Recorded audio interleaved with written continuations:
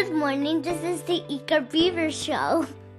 You are listening to a True North Eager Beaver Media Podcast.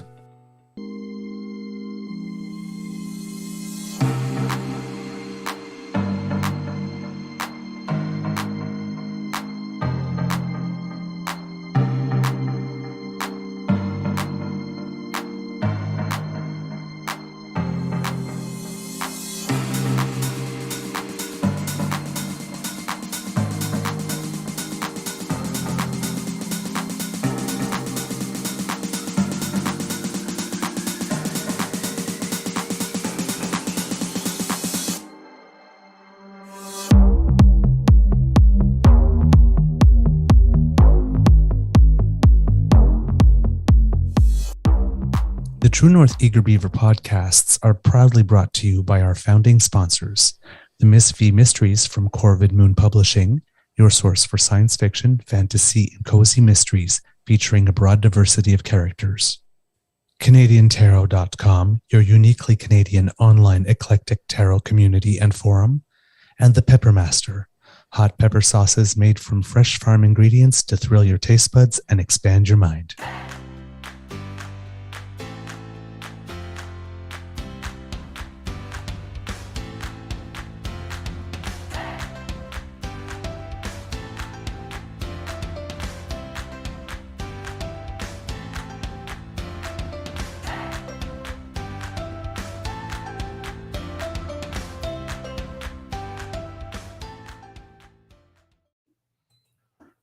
Well, good morning and hello, kids, and welcome to Season 3 and episode, I am going to guess, 234 of the Eager Beaver Morning Show here on the Crier Media Network. Yeah. We're for those listening at home, we're still a little behind on putting the shows up, but don't worry, we will get that to you very soon, and we appreciate your patience. Today, recording day, is Monday, October 23rd, 2023, and I think it's going to be a beautiful day here at the Beaver Lodge. The sky looks like it'll be really nice. The sun's just coming up, but it doesn't seem to be a cloudy day, and I can actually see some glow from the sun, so hopefully it'll be a nice day, because it's been gray and cold and rainy for the last little bit here, and I actually had a scarf on earlier because it was un poco frío aquí a El Beaver Lodge. Welcome to Fantasy Island. I am Mr. Ro. It's a little cold here at the Beaver Lodge. All right. Thank you goes to our podcast founding sponsors, the Peppermaster, the Miss V Mysteries from Corvid Moon Publishing, and CanadianTarot.com. We have a Monday morning bite for you. But before we do anything else, let's say hello to our dear friend, the one, the only, the furry Mr. Grizzly, and ask him, how is your mental health doing today, sir?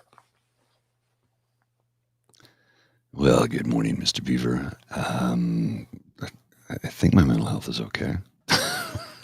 It must be. I didn't wake up hating myself, so I think that's pretty good. I think that's a pretty good start. And looking out the window, we've got some sunshine rising, clear blue skies that I haven't seen in about 5 days, I guess. I'm not quite sure. So yeah, I'm happy about that because I needed some sunshine in my life again. I was getting a little bit, sad. And I mean seasonal affective disorder, not bummed out. Yes. Yes. Wake up in the dark, go home in the dark. On your image, the sky is way brighter. The sun is not that up in our neighborhood as it is in yours. Well, I am a little higher up, right? So yeah, but interesting. Cool. Oh, good morning to all the kids here. Kit Linda M, Kit Cassie, Kit Tavi G, Kit Saucy Sea Witch, sleeping like a log while the other two are finishing getting ready for school.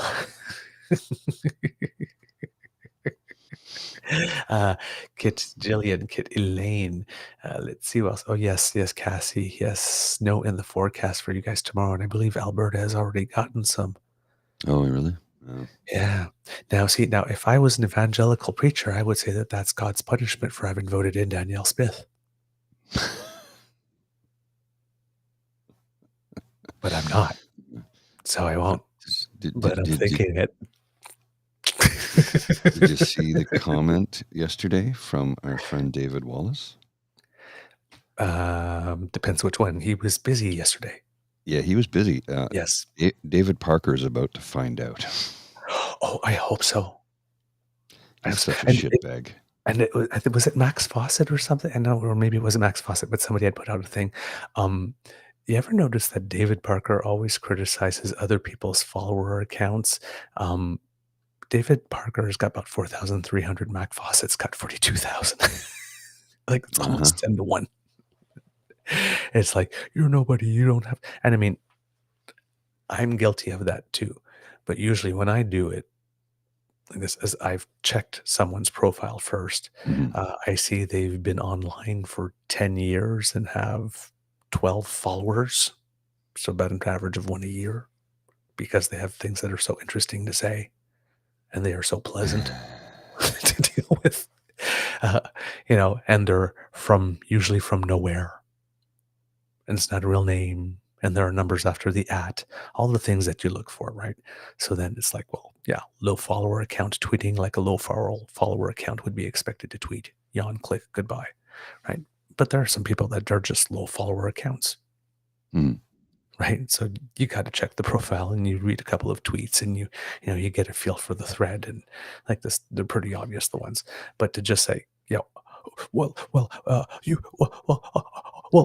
I'm on the playground and you got me and I can't think of anything to say, so nobody listens to you anyway. I see that all the time. What are we, 3? Seriously. What are we, 3-year-olds? Come on, guys. Jeez. Oh, man. Good morning, Kit Dan.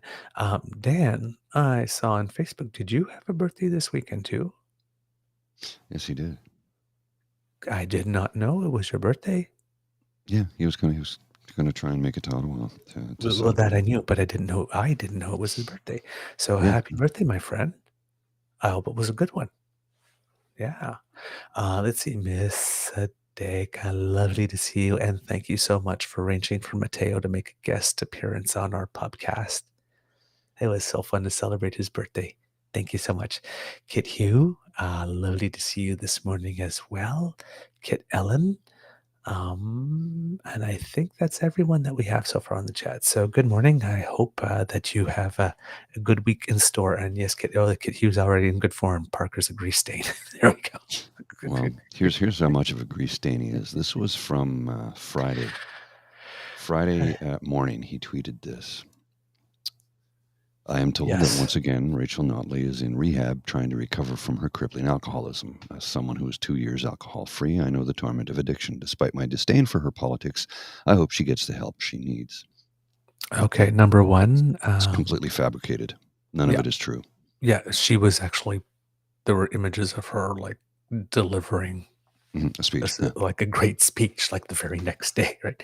And I like that it wasn't like immediately. Like, no, I'm not. Just waited till the next day. Oh, here I'm just delivering this fantastic speech. So I responded to that. Oh, gee, I wonder how I managed to be there at the same time. Well, this is not a retweet of his. It's a screen cap of his tweet. And my response was, "What a cock! An absolute shit gibbon, a cockwomble, a walking, talking skin tag. David Parker is going to push the wrong person too far, and the price he will pay will be very high. He brought this on himself. I have no empathy, compassion, or forgiveness for this man. FA and FO. And it looks like that's about to happen." All right. Well, I'm interested in hearing how it's about to happen, but let's go through that for a second here. That little message. He's alcohol free. How did he become alcohol free? Because if he did it through a program like AA, that thing that he's doing right now violates the edict of the spirit of the program. Alcoholics Anonymous. Yeah, like just a bit, right? When the other day when we were talking about all kinds of unethical, hello. And then how did that start? What were the first few words in that tweet? I'm told that once I'm again. told that. Oh, you're told that by whom? And how would they know? By whom? And how would that person know deeply personal information about Rachel Notley that she would actually have checked herself into rehab had that been the case? How would they know, and who told you? I am hoping that there is a defamation suit coming. Because I keep on saying it, that's the solution. Every time they lie about you, every time, slap them with a lawsuit. Make it expensive and tie them up in knots. It's the only way they learn. It's the only way to make them understand, right? Hit them where it hurts, in the wallet. Kick them in the It's billfolds. the only way they understand. Yep. I just, Dan, who's David Parker? He is the guy behind Take Back Alberta. He's basically the hand that's up Danielle Smith's back every time she talks. Yeah, effectively. Pretty much. He's the founder and executive director of Take Back. Sort of a religious zealot in a way, I think, that wants to start off by taking over all the school boards and all that kind of stuff. He also happens to be married to a journalist, I think, Rachel Emmanuel, from the other True North, the one that was True North after we're True North, that claims it's a charity, or at least for a while was. Yeah. Yeah. So, he's the leader of Take Back Alberta, and his wife is somebody that works with a organization that claims to be a media organization and potentially a charity that is actively trying to sow division and spread disinformation and other kinds of terrible stuff, conspiracy, through the Canadian system, pretty much like is happening in Ontario with Ivana Yalachiu and Brian Lilly. Very similar. It's actually crazy similar how Ontario and Alberta are becoming. More and more like. Right? I'm just saying, you got two premiers who've got a hand up their back, who've got scandals galore. I mean, the one in Alberta doesn't know that you don't pick up the phone to call someone who's charged with mischief, potentially causing death or bodily harm, to discuss what they might do. And the other one didn't pick up on the fact that maybe setting up a mini tiny little bureaucracy inside the Minister of Housing's office, so that in 3 weeks, a transfer of, in today's dollars, about $25 billion in public wealth would end up having him in trouble. And speaking about him, he's about to find out too, because he's grandstanding again on interest rates. For some reason, writing to the Bank of Canada again. It's like, honey, you already tried that play last month when Premier Eby wrote the letter, and then Premier Fury also said, and then you guys made a little front. But you're trying it again this month. Why would you specifically, dime store, discount dollar store, dumbass Dougie Donuts, be worried about rising interest rates?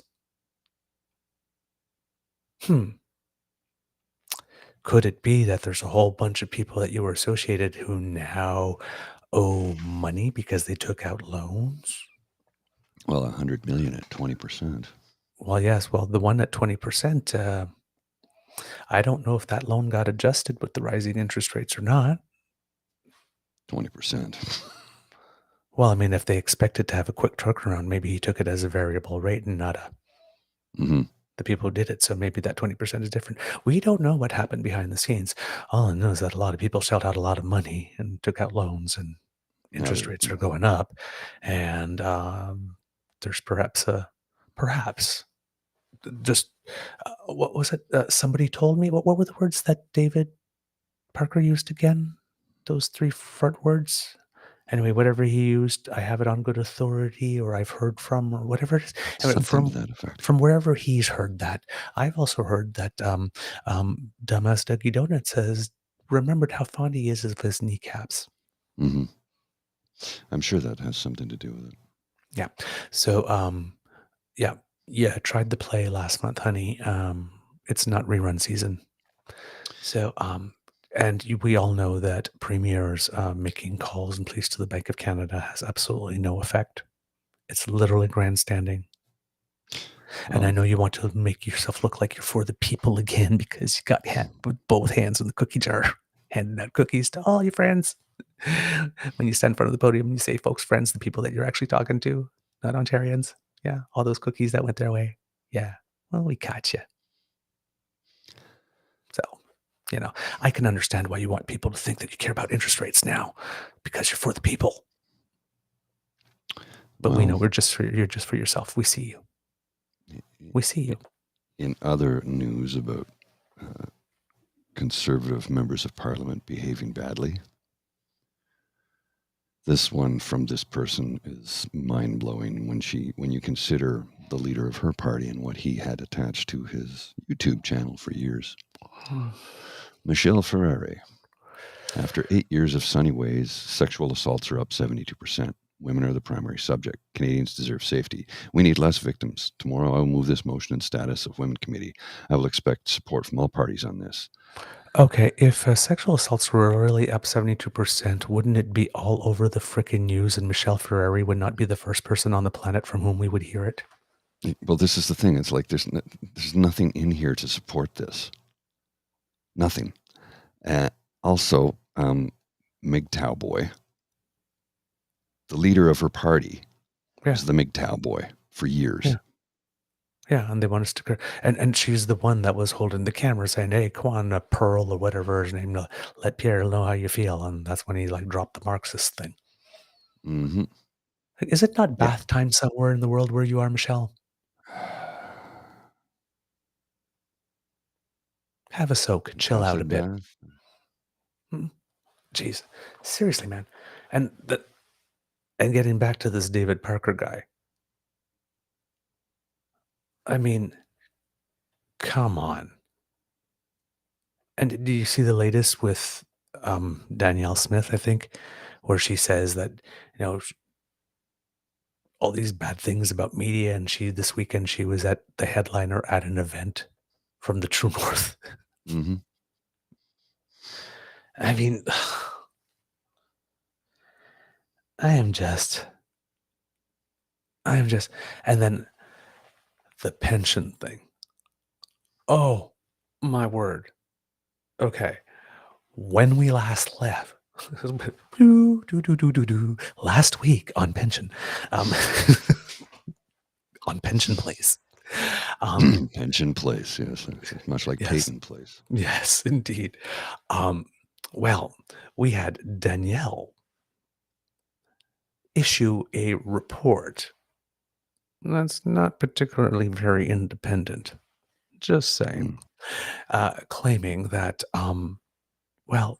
she can just up and leave with 53% of everything that's accumulated in the Canada Pension Plan to start off an Alberta Pension Plan. I thought it was 54. 53, 54, let's say over 50. Yeah, there we go. Yeah. There we go. If we want to be precise. Then, of course, that's ridiculous. Mm-hmm. And she knows it's ridiculous. I mean, please, Lord, Creator, Allah, Yahweh, whoever, Shiva, tell me she knows this is ridiculous. Okay. And that the purpose of this is really to just lob a grenade, is to say something so ridiculous that, of course, everybody's going to go, what? To draw out the Prime Minister. Because she loves to fight with the Prime Minister and with Guilbeault. I had a conversation with my buddy Alex about this Friday evening. He's an economist. That's what he does. He's a numbers guy, a finance guy. And he told me how they arrived at that formula, and what he said made sense, but he says, but it still doesn't add up. It still doesn't add up. He said it was also somewhat taken out of context and they ran with it anyway. I'm like, what? He goes, yeah, it's completely ridiculous. It doesn't make any bloody sense. Yeah. But how they came up with that number, when he explained it to me, and don't ask me to repeat it because it was finance stuff that's beyond me, it made sense. what he Mhm. said. He said, but at the same token, it still doesn't add up. Well, one of the reasons it doesn't add up is because it's a constantly changing number. Mm-hmm. Because the last time they talked about it, it was about 25%. And then I believe it is when she had a report commissioned, or somebody had a report commissioned about this, because I think Jason Kenney was talking about that at one point too, or touched upon it. At that point, they said it was 12%. Mm-hmm. So I don't know how we got from an initial report commissioned itself by the party that said that, yeah, it would be 12%, how that doubled to 25 and then that doubled again. Like, come on. It's like we see the number moving over time. And certainly you didn't, it's certainly not during the period between you had the report that said 12% and the report that said 50% that your share of the pension grew that much. Mm-hmm. Because if that was the case, whoever's managing that, I mean, let them run the damn country. They're economic geniuses. Well, So, she really wants to pull out, and here's the thing: if she does, anybody who lives in the province of Alberta is screwed, because that Alberta pension plan that she wants to do, she's going to hand it over to a private company that has done nothing but lost money in the last little while. So they'll squander it. oh yeah, absolutely. And then when people go to cash in their pensions, well, they'll be empty, dry husks, and of course she'll be long gone. Yeah, she doesn't care. She don't care. So, and then the prime minister sent a letter to It was respond to a Danielle. scathing one too. Yes, he did. And that's, I believe, where things had been left off. Now, we assumed that that letter had a couple of purposes, I guess, not only to respond to Danielle, but to maybe draw out Pierre, because Pierre has been saying nothing about the pensions.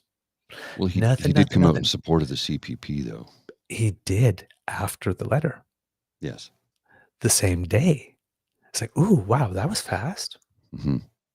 So yes, he did come out in favor of the CPP. Now, Pierre. Well, you know why? Pierre. This is my theory. Okay. This is my theory. See, because if it's the Alberta pension plan, he can't touch it, because that's not where his constituency is. And if he was the prime minister, it's a federal issue. That's a provincial issue, a provincial plan. But if it's CPP, Canada Pension Plan, a federal program, he can cut that because he sees it as a tax. That's my Yes. theory. Tell me I'm Okay. crazy. Possibly. That's, well, I mean, we know you're crazy, but about this, I don't know. Tell me I'm wrong then. Okay, how's that? I love We you. all know about the crazy. Tell me I'm wrong. Tell me I'm wrong. I don't think it's an outlandish theory. I actually think it makes sense. If it's a federal program, he can cut it, and he will. Which raises a question for Danielle as well. If somebody wanted to be a real dick about it, they can say that, well, since the reason for which Alberta wants to take its APP right now is because the citizens of the province are among the youngest on average, and therefore they feel they're not getting enough out of CPP. It's like, I don't know how you get enough out of CPP if you're not of age to actually draw from it yet. But apparently that's a thing. Mm-hmm. Because other provinces have people that are older and they're getting a big, when you add all the CPP that goes to that province, they get more than Alberta. Something's wrong. Mm-hmm. It's demographics, clearly. And that's what Quebec did when it didn't join the CPP, because their population was younger. And now the population of Quebec pays higher contribution rates than contributors to the CPP. So were that to happen also in Alberta, once the population ages and conservatives consider pension contributions as payroll taxes, why does Danielle Smith want to increase your payroll taxes?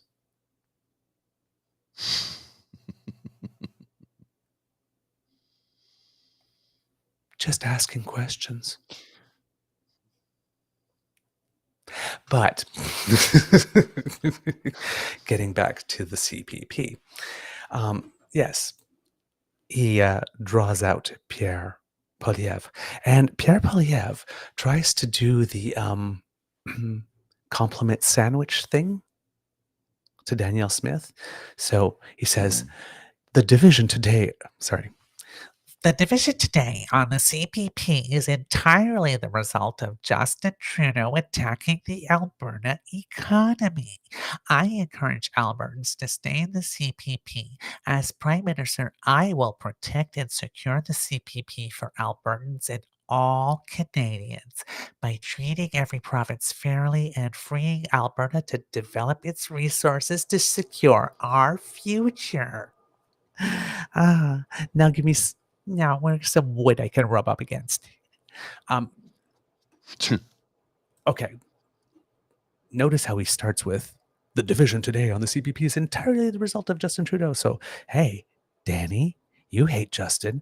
I hate Justin. So, how about I soften you up for the news I'm going to give you that I don't approve of your plan? And I actually think it's really stupid by first telling you or letting you bask in our mutual hatred for all things Justin. Now, of course, the division on today on the CBP can't entirely be the result of Justin Trudeau attacking the Alberta economy. Because if you remember in 2016, Justin Trudeau, including with the Premier of Alberta at the time, managed to actually strike this big national deal to secure the CPP. And there's nothing about attacking the Alberta economy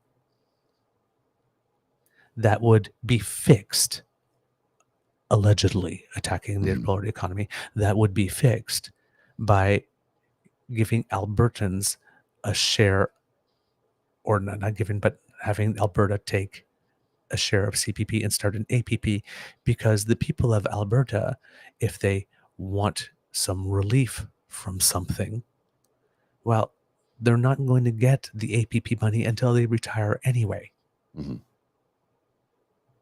This has nothing to do with any of those types of decisions. Nothing to do. But he encourages Albertans to stay in the CPP. And as Prime Minister, I will protect and secure the CPP for Albertans and Canadians. How? By investing it all in Bitcoin? Yeah, probably. Somebody should also ask Danielle. Hey, Danielle, what do you think about investing CPP in APP in Bitcoin? I'm sure she'll say that's probably not a great idea, which stirs a little pot and has Danielle and Pierre fighting again. Does she know what Bitcoin is? I'm only half joking when I say that. Okay. And then, so I will protect and secure the CPP once again. He won't do it. I will. Doesn't say how. Doesn't just, I will. And he goes, by treating every province fairly. Okay. If there's one thing that we cannot associate with this man is the concept of fair.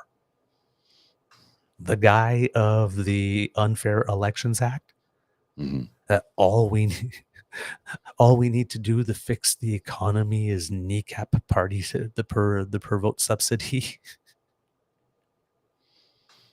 The guy that has a compliance agreement lifetime with Elections Canada because what he did was so bad it could have landed him in court and landed him in jail. An actual deferred prosecution agreement, he has no problem. He has a problem with them when they go to SNC-Lavalin, but he doesn't have any problem with them for himself now, does he? This guy, fair. I will treat every province fairly. Really? Really? Manitoba just went NDP and has an Indigenous premier, and we know what you think about Indigenous people. You made that very clear on the day of the apology now, didn't you? Come on, dude. Nobody in the right mind believes that you're going to treat every province fairly. You are not a fair person. No, goodness, no. Let's just, come on. So now we have a situation where Danielle and Pierre are on the opposite ends of something that Danielle really wants to do. And, well, we know that when Danielle wants to do something, she's pretty firm. Because then she has this way of talking when she gets a little fed up, where she does the look thing, and then she talks, or I've answered that question, and then she does that plus thing, but she's got that marm thing that she can turn on when Smarm? she wants to. Pardon? Smarm? Well, she's got smarm too, but you know, the school marm when you're cutting up in I class, who gives I you? knew what you meant, but she's Yeah. smarmy about it. Oh yeah, absolutely. So, yeah, I didn't expect this, let's say, to come as quickly, but it really, really, really did not take much time at all for her to have a response. And, well, the response was sort of like, if I were to paraphrase it, it's like, "Hi, poodle. Yeah, I see you trying to soften me up with the hey, Justin stuff, and you know what? That's a good move. It almost worked for you, but we have another plan, and we're going to go our own way. So it would be really, really nice if you would fall in line, and if you would like to talk about how you could do that, call me."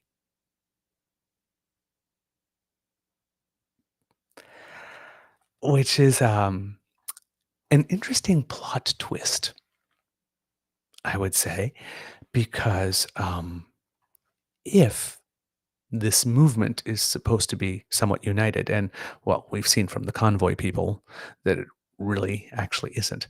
But if it is supposed to be united, it seems that Mr. Parker and Miss Smith may be thinking that maybe they are the ones who should be leading this national movement and not PP. Literally, she said, "I appreciate the tone and sentiment expressed by Conservative Party leader Pierre Poilievre regarding the multiple destructive policies the Liberal NDP coalition have imposed on the Albertan and Canadian economies. As it relates to the Alberta Pension Plan, this is an opportunity Albertans are discussing that has potential to improve the lives of our seniors and workers without risk to the pensions of fellow Canadians. After this broad consultation and discussion are complete, Albertans will ultimately decide whether or not to pursue this opportunity further.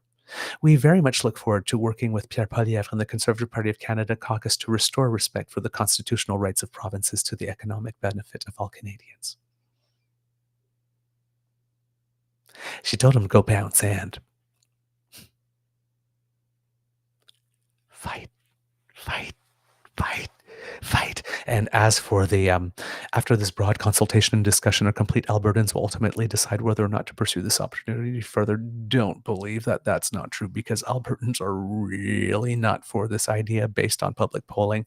And that will probably piss off Danielle too. So I'm sure that if the polling indicates that the referendum will fail, there'll probably be a reason for it not to be held, or there'll be some trickery with the question, because let's be honest, it's not Albertans who are deciding, it is David Parker who has decided.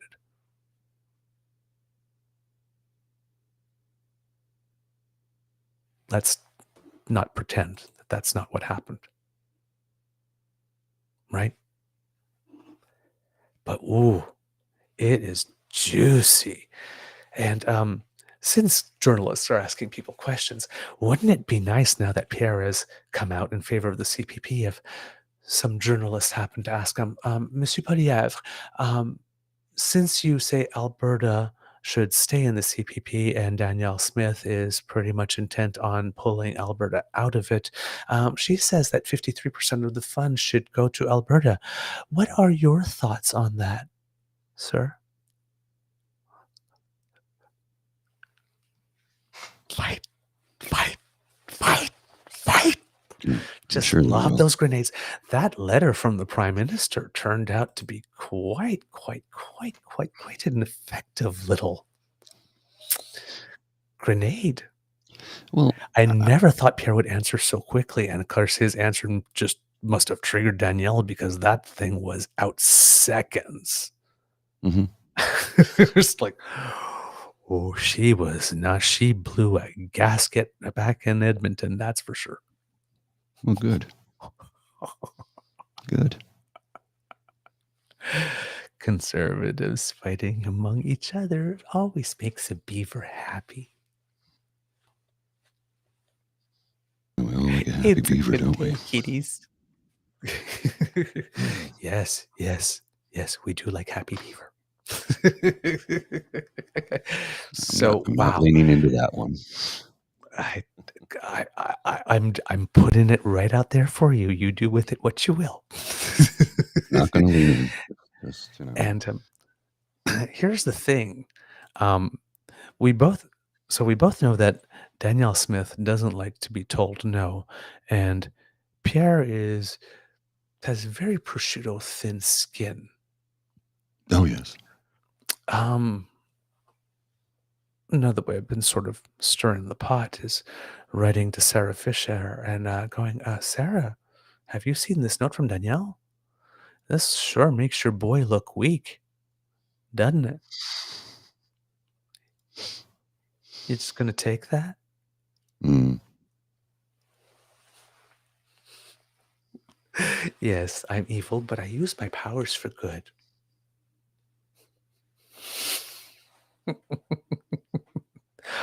Oh man, throw him an apple first. No, no, no, no, no, no, no, no, no. That's assault. That's assault. It's funny, man.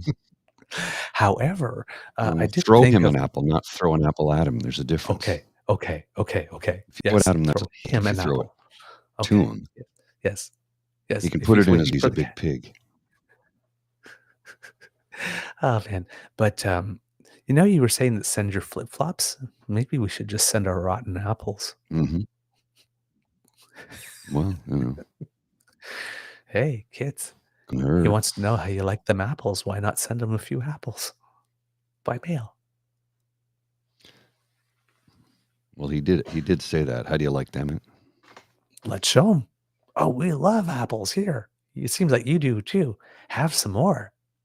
Speaking of apples, it seems that Anaida Poliev has gotten back in it again because, What'd she do now? oh, well, remember, right? She's all about fashion, isn't she? I mean, she had that little magazine, Pretty and Smart or something, or Pretty Smart or Not Too Pretty Smart or whatever it is that she was. Um, well, it seems that she is returning to her roots. She's gotten into t-shirt design. It seems like we at the Beaver Lodge, she has discovered merch. And it seems that, they think that this Apple thing is just really, really genius. So she has designed a t shirt that has him munching into that apple with the conservative, well, it looks like the conservative logo, but instead of the maple leaf in it, there's an apple with a just a blue underline, just to say that they've added some blue there. And it says, "How do you like them apples?" And then on the sleeve somewhere it says something freedom. So he goes, Yeah, I don't know. "How do you like them apples? Limited edition. Get yours now. Bringithome.ca/products." And of I course, want well, somebody skilled, like maybe to cost to do some photoshopping work and change that apple into something else. The one in his hand, that is. uh, Let your so imagination run wild with what you think I meant by that. yeah. So yep, she's put that out, and well, the thing is that when she put that out, because of course, if you have merch, well, then you have to market it, right? So she's got all the quality things here. So before they completely sell out, this classic modern fit makes the perfect tee to wear for any occasion. This is a high quality tee made with ancient dyes, no liberal nonsense. Huh? Well, okay, first of all, somebody should ask her to prove that claim made with ancient dyes. And it's like, so anything that we've used to dye clothing since Asian dyes, and he discovers, and like, this is all liberal nonsense. That would be science. Would it? I'm confused. Narrow width. Well, that's fitting. Rib collar. Come on. Mm-hmm. This too tapered neck. Come, please, girl. Tapered neck and shoulders for comfort and durability. Machine washable. Only available in black, like your souls. This is a one-off limited edition and will not be restocked, like Pierre. A perfect invitation to invite your competition to bring in with cheap knockoffs. And it seems that that logo change is official. So it's a C with a maple leaf, and there's just a blue streak on the bottom underneath it. Mm-hmm. So it seems they've changed their logo yet again. Yeah, I'm not surprised. They keep trying to reinvent themselves. She's getting involved. She's getting involved. She's going to be fair game. She is going to be fair game. Wow. They, you know what? I want to say give them. They're trying. I have to say, they are trying, man. They are giving it the old college try, aren't they? Yeah, yeah. So, as I made the joke on the pubcast, it's like we kind of have a situation where we have the Royal Gala leader of His Majesty's official loyal opposition in a fight with Danny Granny Smith from Alberta over the CPP. Oh, well. By the way, kids, if you would like to send your rotten apples, it's Pierre Polievre, House of Commons, Ottawa, Ontario, Canada, K1A0A6. The postal code again, K1A086. Just, if you happen to have some rotten apples lying around, or maybe even not rotten apples, because I mean, if you send them fresh, maybe by the time they get there.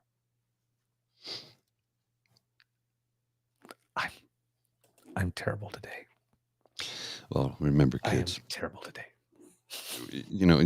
Every now and then I'm sure you run across those YouTube short stories of, so had a few drinks the other night and went on Amazon and ordered something silly and I regret my decision. And then they reveal what they bought. I think this is the best one yet. This has to be the best one yet. That's a word of advice. Never buy a dog when you're drunk. It's a calf.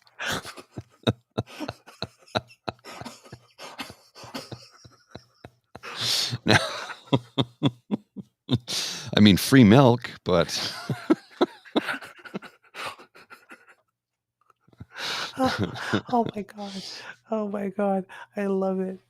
Oh my word. Well, my favorite one ever was Chris from Call Me Chris, Chris Collins. She did one. She goes, so I was up really late the other night. I might have had some wine and I bought something on Amazon and it showed up today and I'm like, what the hell did I order? And it was a life-size stand-up cutout of Bob Ross. So she has it in the background of all her videos now.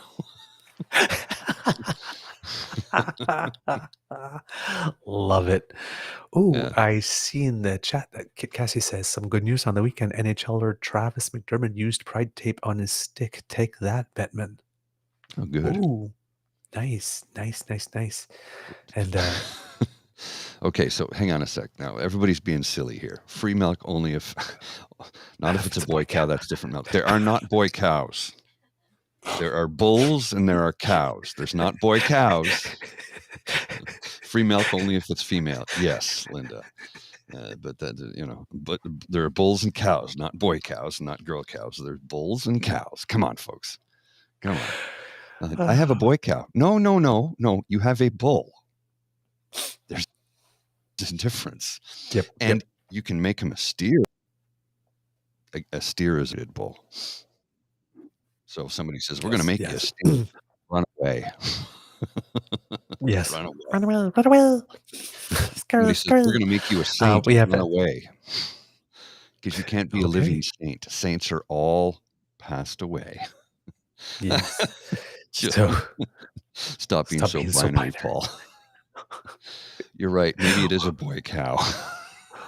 welcome to the 01 shows with Binary Paul and Infinity Beaver. You're He right. does the math jokes too. Oh man, and we have Kitlin M here. I think it's interesting that as this Alberta pension plan nonsense is getting news, we're also hearing that the Senate is examining a universal basic income for Canadians over 17. Yes, indeed, that's a bill that started in the Senate as well. Mhm. I think S223 or 233 or something like that.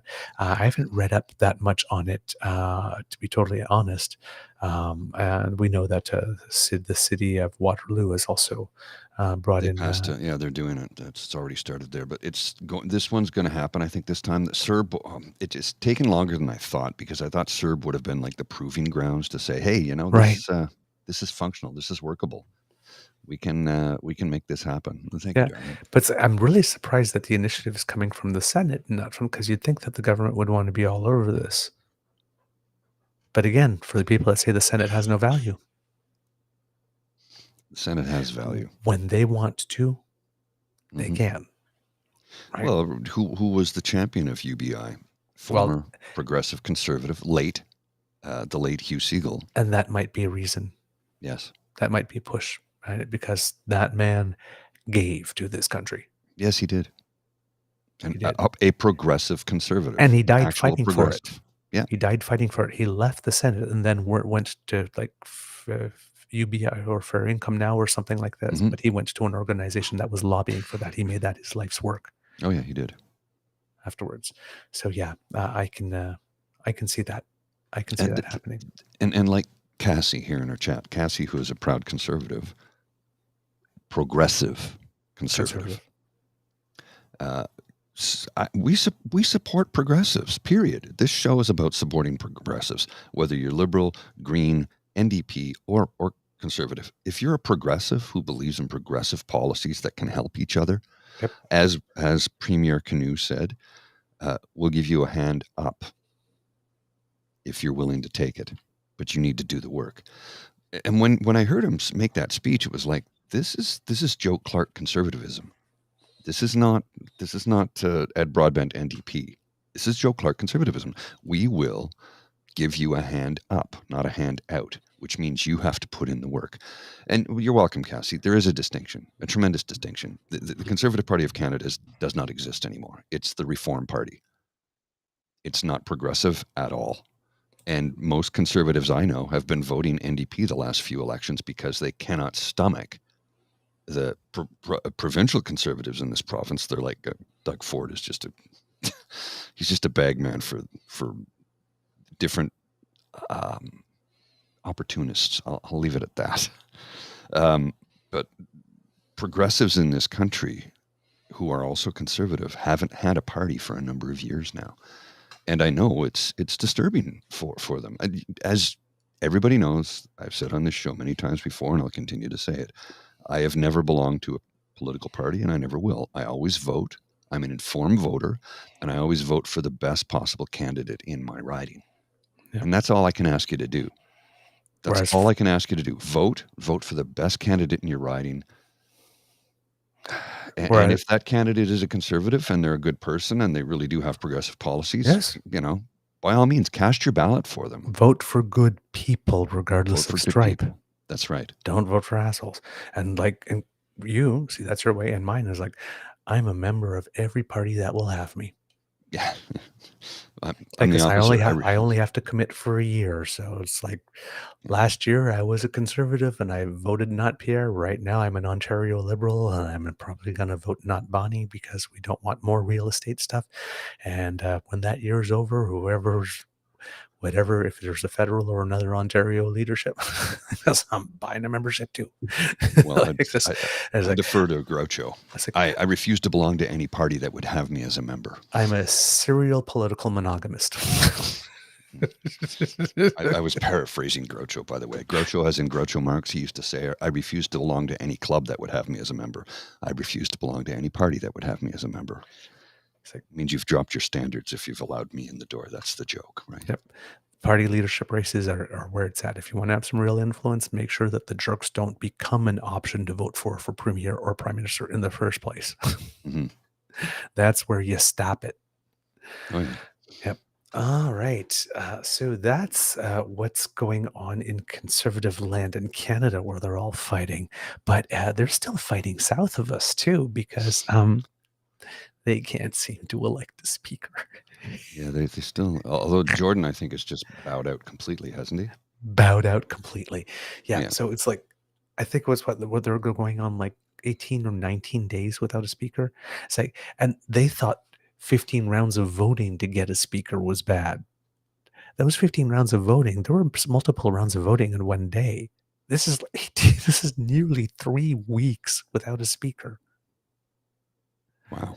Because as there is war in Israel and the United States is its biggest financial backer, and they can't pass any bill whatsoever if there's no speaker, and they still can't get it together enough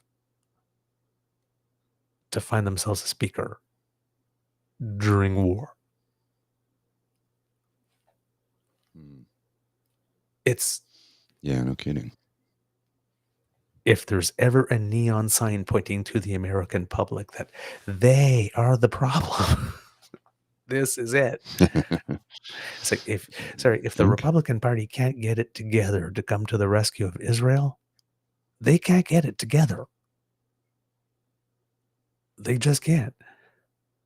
So, and here's the thing with Jim Jordan is he was rejected initially because initially the party had the choice of Steve Scalise or Jim Jordan, and they said Scalise. Yeah. Then Scalise bowed out. Then Jim Jordan went. He's that much better? Right. Like that much better.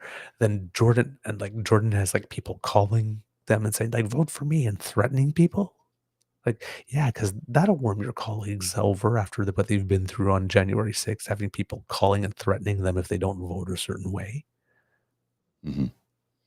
You're not very good at this. You missed the people skills part of life, didn't you?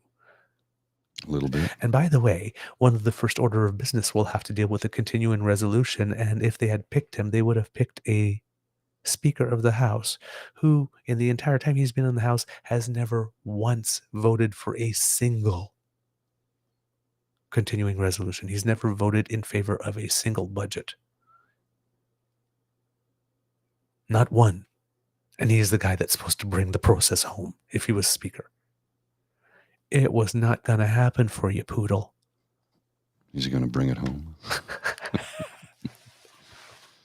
Bring it home? So, yeah, it was never going to happen for you, Poodle. So the two main people that they wanted, Scalise or Jordan at the beginning, and Jordan had the backing of Trump. Trump went to bat for him. Yes, he did, didn't he? So that means, hey, Donnie, feeling that people aren't taking your calls anymore? Feeling that people aren't laughing as hard at your jokes? They're not finding you as interesting anymore? Don't want to spend as much time with you anymore, visit as often anymore, come to your rallies as often as they used to. Huh. Wonder why that might be. Wonder why that is. And now your party is not following your orders. What's wrong, Donnie? What's happening? Are they turning on you? Are people flipping? Are you up at night thinking about it, Donnie? Are you? Huh? Scott Hall flipped.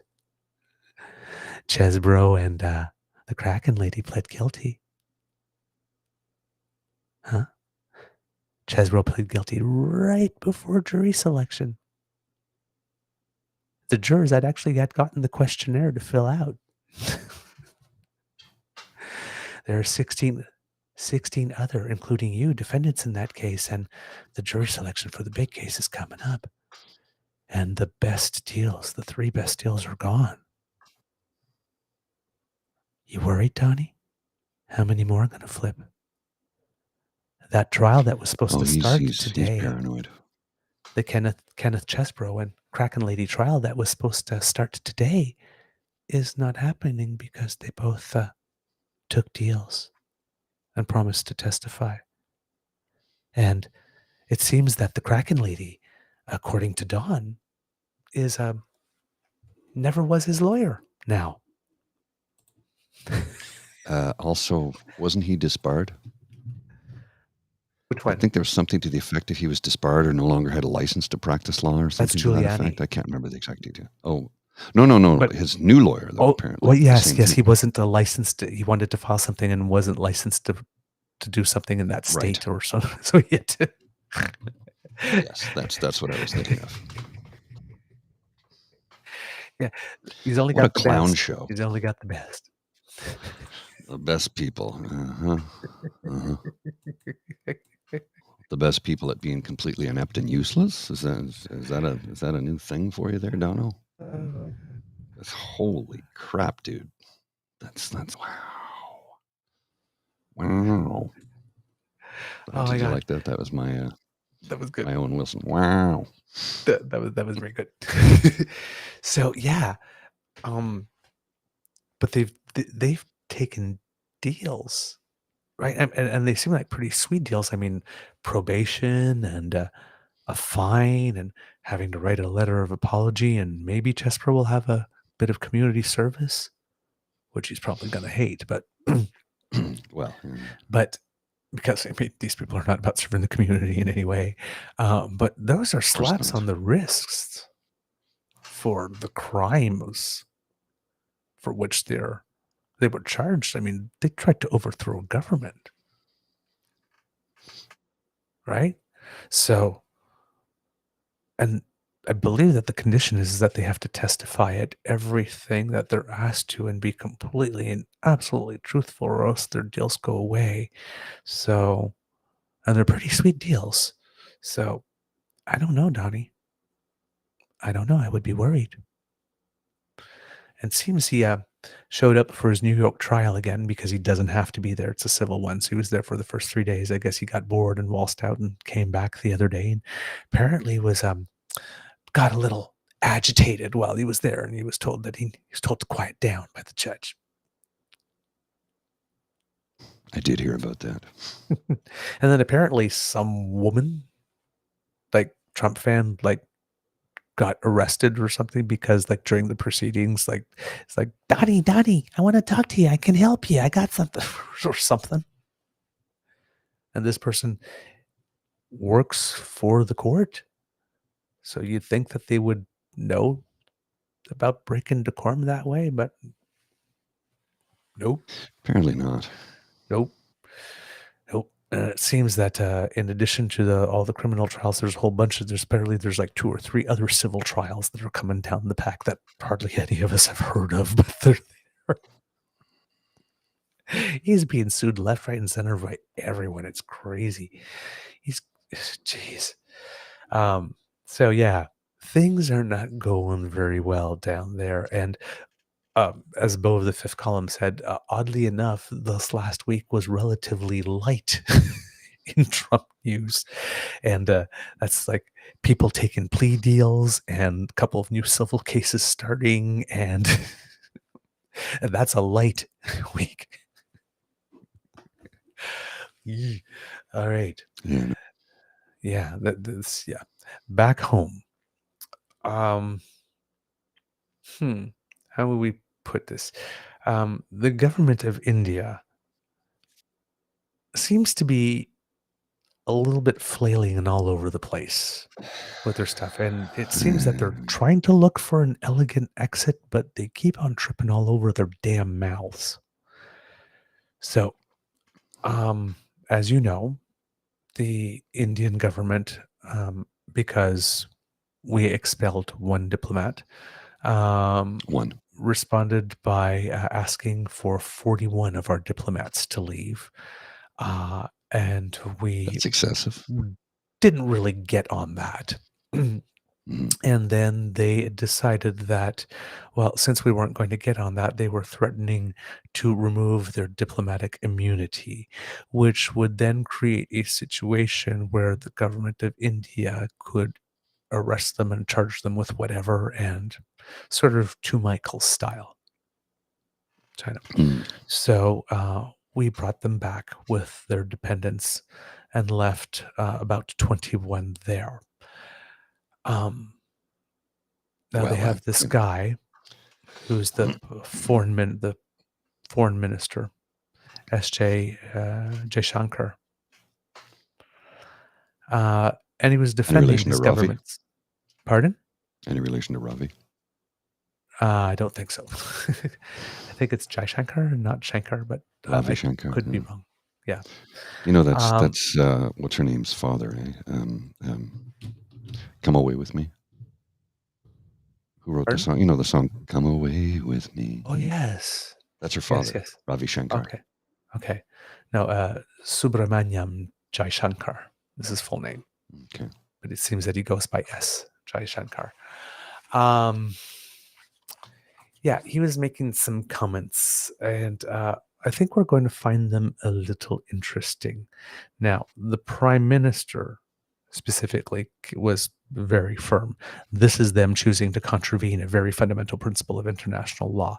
But they're saying, no, no, no, no, it's not about that. It's about parity. It's about parity, which is very much provided for by the Vienna Convention, he says. We just want our two countries to have the same number of diplomats. It apparently is the line, because, of course, you need the exact same number of diplomats to serve 40 million people in Canada as you do to serve over a billion Right.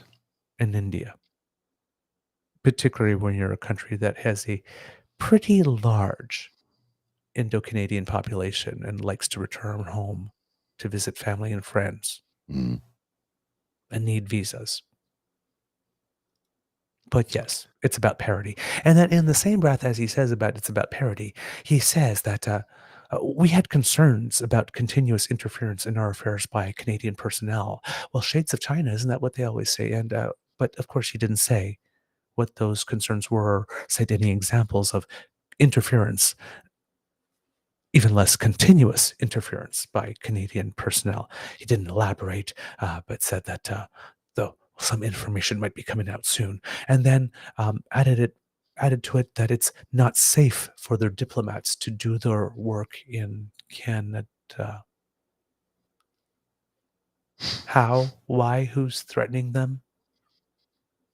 I mean, Yeah, you I'd are like to see proof of this statement. Please you, show. Provide me proof. you are the people who threatened to unilaterally, in contribution of the Vienna Convention, remove diplomatic immunity from our diplomats, which would put them at risk of having terrible things happen to them.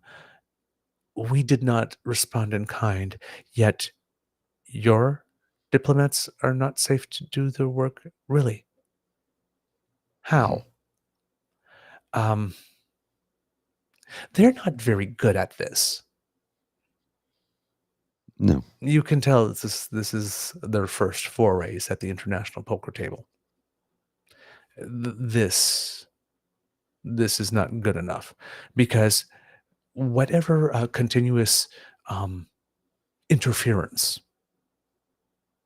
Canadian personnel may have been doing in your affairs, I am sure that it is absolutely nothing on the level of threatening to violate international law to put diplomats at work so as to lay at risk, by laying the groundwork for coercive diplomacy.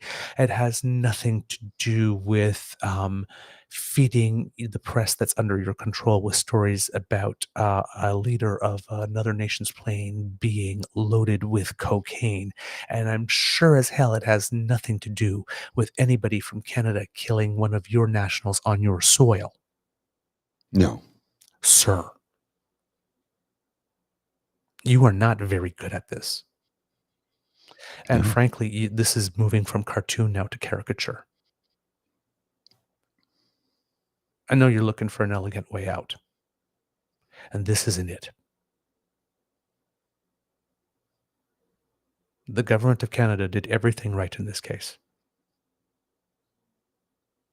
They let you know quietly by diplomatic means long before, and the Prime Minister had the discussion one-on-one with your Prime Minister in private, behind the scenes, respectfully.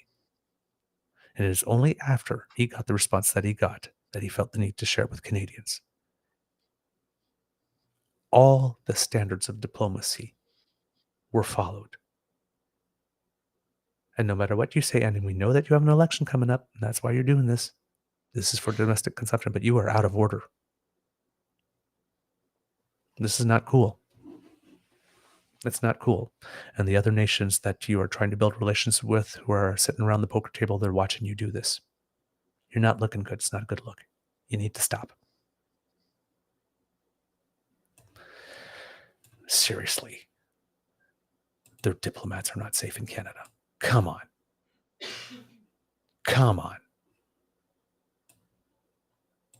And with the size of the Indo-Canadian diaspora that we have here, as if we can afford to be threatening Indian diplomats and not have a political consequence back here.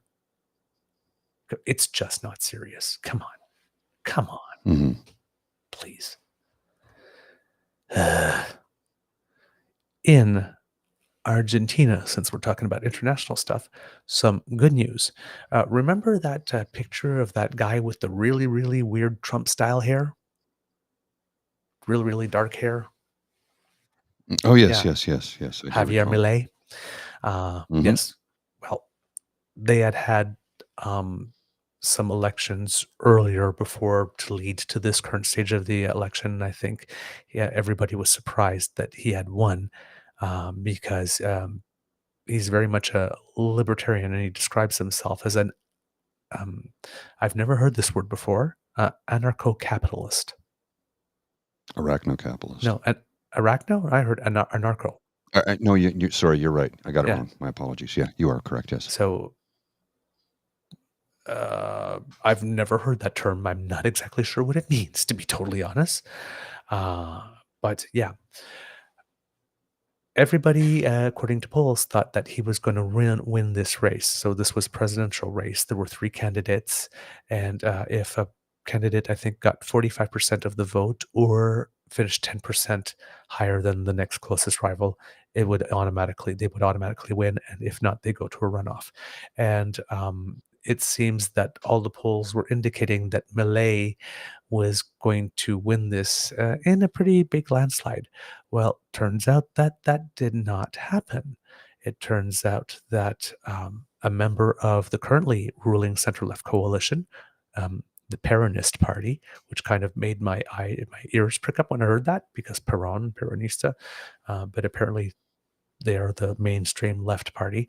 A man whose name is Massa. I don't remember what his first name is unfortunately, for some reason I did not jot it down. I don't know why. He won. He ended up with about 35% of the vote. Milei ended up with about 30, and the third candidate ended up with about 23, Patricia Bullrich. So she is bowing out, and there will be another runoff, I believe, in November, if I am not mistaken. And then, yes, it'll be decided who will be the leader of Argentina. So in a 3-person race, the guy who was expected to win actually finished second, which is a plot twist nobody was expecting. So I don't know if maybe the Argentinians were liked the distraction, but not for the real job. Well, Argentina's been a bit of a mess for a number of years now, and it's sad because it's a beautiful country. I've been there. I've spent time there, and beautiful people, beautiful place. I'd love to see it turn around. Yeah. I don't know what else to call it, but it's not going to happen anytime soon. Not with the current state of government and the state of their economy. It's been in the toilet for a long time. Well, the inflation rate is 138% right now. Yeah. So conservatives, Yeah. 3.8 Oh, that's Justin versus Trudeau. 128. That's Justin Trudeau. Yeah, no, that's Justin Trudeau's fault, though. You know that. Yes, well, yeah, Justin Trudeau caused the 138% inflation in Argentina too, I'm sure. Because he's no, that's what I'm saying. Totally his fault. He's all powerful. Totally just don't let him near a inflation. toaster. Yeah, just inflation. All powerful. He's like the supreme political being, but he's inept at the same time somehow. Yes. Good. So Sergio Massa is his name. There we go. So yeah, they. Oh my God, there's another picture of this guy, this Malay guy. And again, the hair. I just. Oh. Creator, give Really me bad. strength.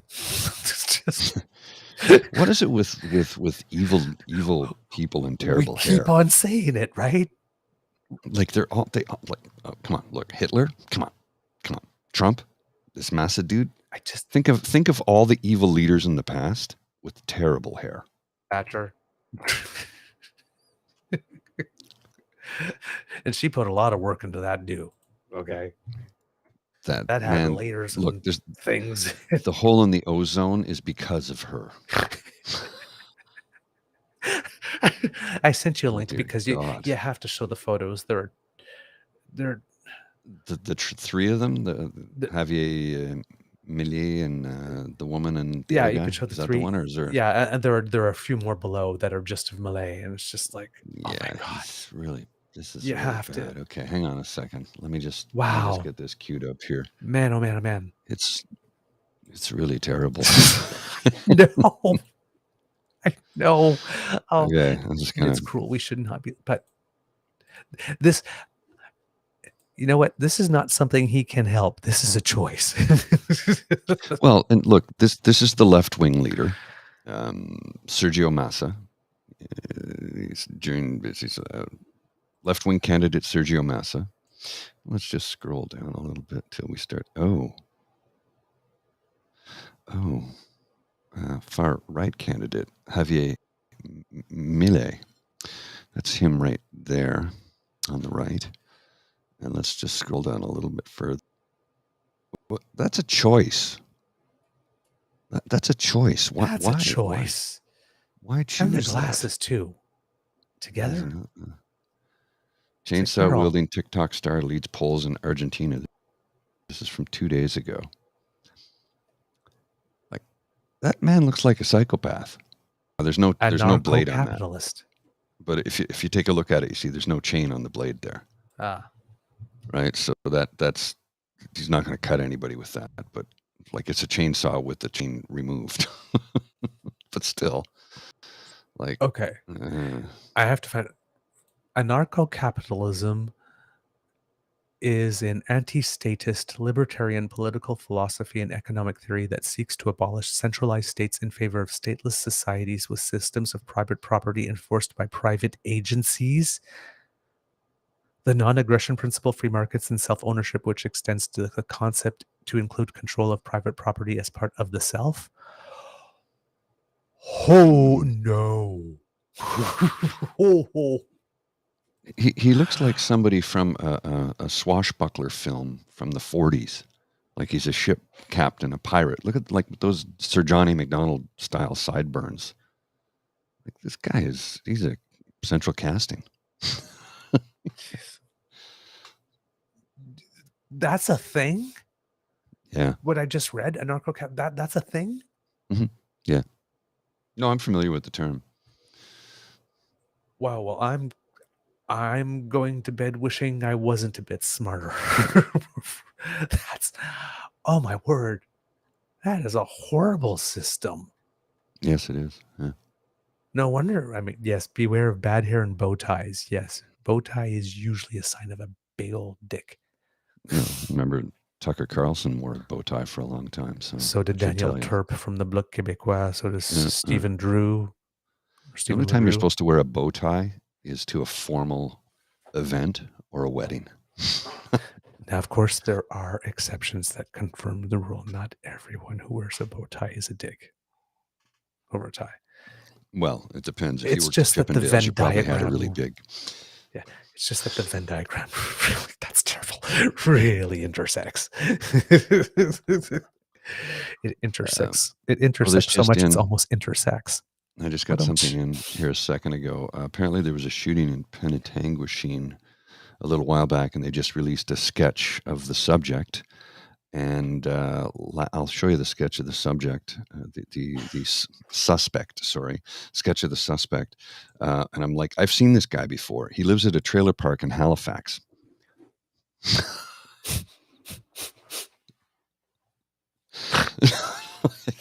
This is the suspect in shooting in Penetanguishene. I'm like, that, but that's Julian from the Trailer Park Boys. That's Julian. This is a real thing, by the way. I'm not making this up. So police release sketch of man being sought in connection with Penetanguishene mall shooting. Oh my word! It's Julian from the Trailer Park Boys. Oh, yeah. Okay, yeah. Q. It's Ricky. Julian. Yeah, exactly. Oh my word! Yeah. That actor may want to dye his hair for his next role. Yeah. Like, wow. And shave the goatee because. Ooh, that is last whereabouts seen at a trailer park in Halifax. Well, this is true, Ree, but except they only showed his face, so they didn't show his hand with the drink, right? They only showed his face, so he's got to have his rum and coke. Is it Ryan Coke or rum and coke that he drinks? Is it Ryan Coke? I think I can't remember. Must be Ryan Coke because it's a Canadian show, right? It takes place in Halifax, so it's got to be a Ryan Coke. Yeah. Over the weekend too, there's oh darn, I don't know if I want to do that. I'm trying to think. Well, it's because, yeah, I'm going to do that. There's some stuff going on. I'll give you an example a little bit of what's using the States first, and then but similar things are going on in Canada right now. There was a tweet the other day by at T Ryan Gregory said, Trump was in another universe of awful, don't get me wrong, but I have been thoroughly disappointed with Biden and I wish someone else were running. I don't get to vote, but obviously who wins affects more than just America. Then, wow, Biden supporters do not like this. I take it back. In a nation of 330 million, there is no one conceivably better. I find it very interesting that people think I'd rather have Trump or that no one but Biden can win the next election on account of this stunning 40% approval rating. Okay, now here we have a thing where somebody says something, gets some blowback, and then takes it to the ridiculous extreme. Right? I take it back. In a nation of 330 million, there's no one conceivably better. I think he's going for sarcasm there, maybe. But... Yes, exactly. Now, here's the thing that I don't get about the concept of Trump was in another universe of awful, don't get me wrong, but I've been thoroughly disappointed with Biden and wish someone else were running. There's no avenue to change that. There's no democratic race. There's so not a democratic race that the guy that was trying to start one, RFK, whatever, LMNOP, went off and is running as an independent. There's no race. He's the guy you got. Right? So regardless of what your wishes are, considering that the Republicans are currently eating each other's faces off, why do you want to fill the airspace with, I wish that we had a better candidate? Maybe the reason people are mad at you is because they're going, you're not helping. Oh, you think?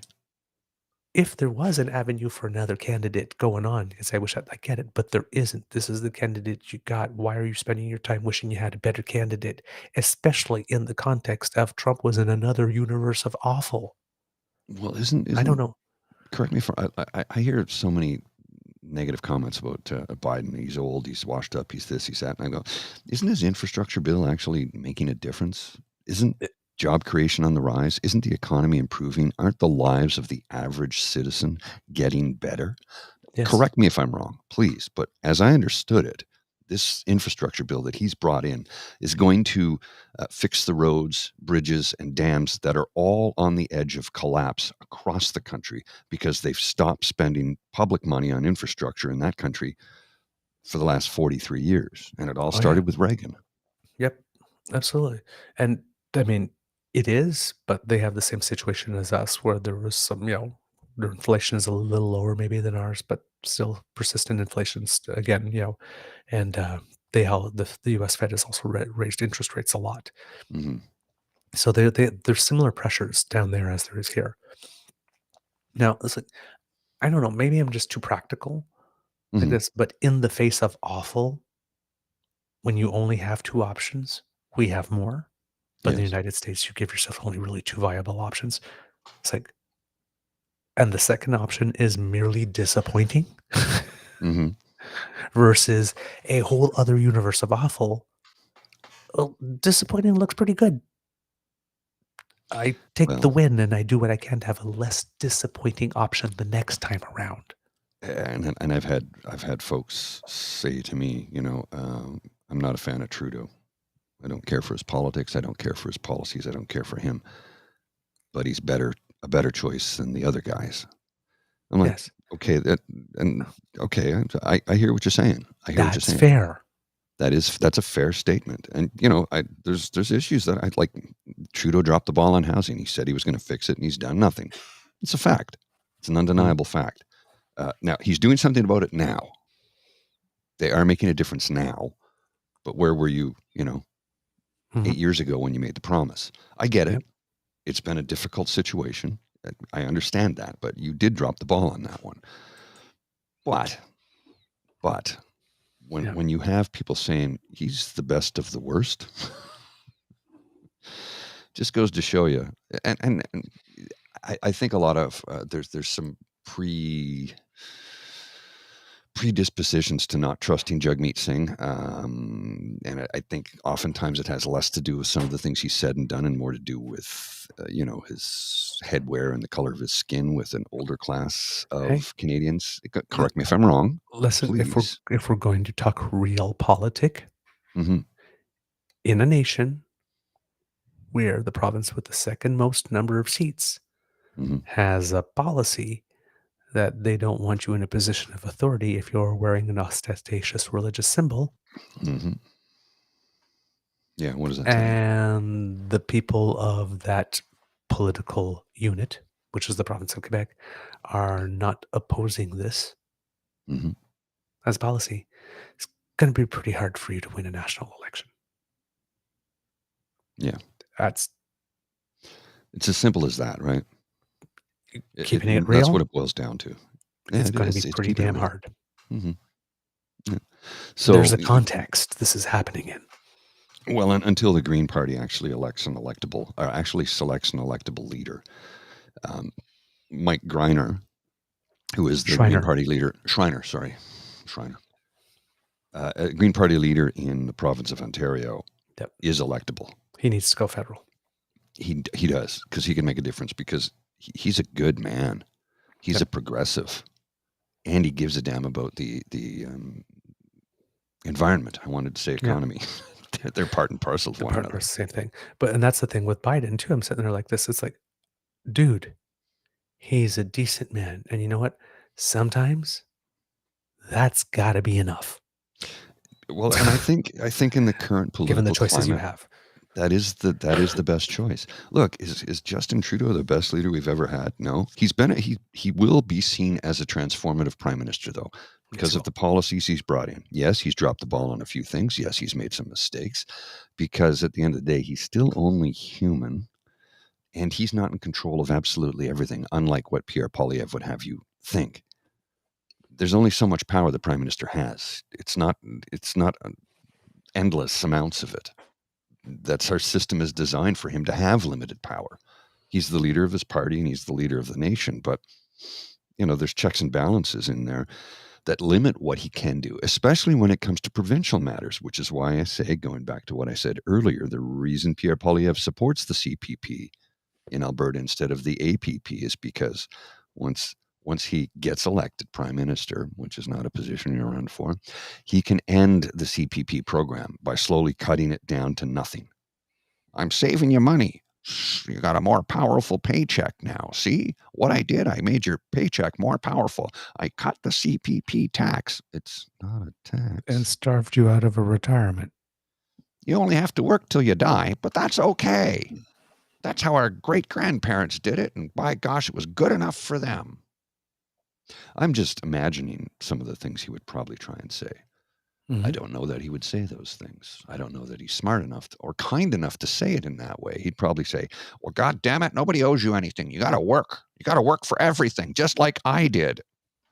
Suckling at the government teat for 20 years, you now have a golden parachute pension plan that 98% of Canadians don't have access to. Yeah, but look how much of my soul I sold off. That was hard work. Really? Sure it was. You have to have one to sell it. Yeah. Then, like Dan, yes, Mike Morris is the federal Green champ. Mike Morris is also definitely another great Green MP. I believe he's in Guelph, if I'm not mistaken. What else? And you got Kit PNC and Bio here goes, Jagmeet gives me weird vibes because he talks and nonsense sometimes. But yeah, many people don't like the headwear. He gives me weird vibes because he goes back and forth between talking nonsense and sense. Yes, and that's what troubles me, is when he goes on about Justin Trudeau, and I'm like, hold on, you know he's not responsible for that. You know that's a provincial responsibility, but you're playing along the Conservative Party lines. Why are you doing that? And you should Stop know more than doing that. others. And you should know more than others because you were a provincial politician. Yes, There you really know. is no excuse. So it's like, stop playing from the bottom of the deck and dealing the Conservative cards. It's not cool, bro. Brah. It's not cool, brah. Come on, man. Don't do it, dude. Don't do it, dude. So, the other bit of Realpolitik that hit me over the course of the weekend has to do with the fact that the Prime Minister of Canada seems to be taking a lot of heat. It seems primarily more from the Conservative side for not being pro-Israel enough. Yeah. I saw that. It's like, Okay. You're either too Let's much or too little, or it's a photo op, or come on, man. Come on. You can't win. No matter what he does, they're going to crucify him for it. Oh, I think we lost Mr. Beaver. Did we lose Mr. Beaver? Hang on a second here. Let's just see what's going on. I think he's frozen there for a sec. Oh, they're back. Yeah, we lost you there for a sec. Yeah, no worries. Oh, I'm so sorry. Oh, okay.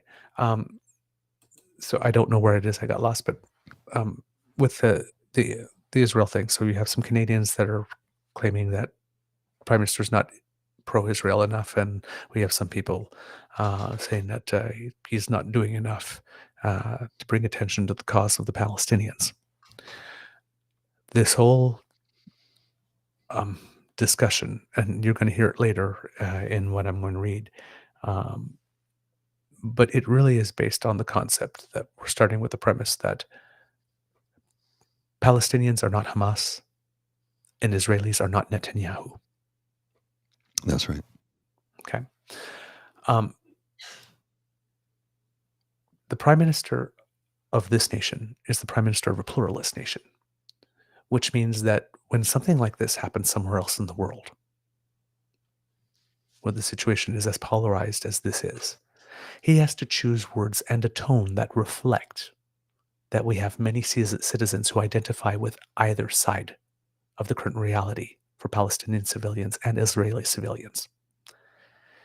He must not only be concerned with sending the right message to the world, as well as to the most immediately concerned parties, but he also has to be concerned with not creating division and increasing tensions here at home, domestically. Those first few days when it seemed that people were celebrating what had happened, there were decisions that could have been made in that moment that it could have caused things to really escalate and people to fight each other here. Fortunately, we made other choices, and that did not happen. But he needs to worry about that. He needs to be concerned about that. There exists no words, and there is no tone that he could choose to satisfy those who are currently the most fearful and or heartbroken. while also not picking one of the two sides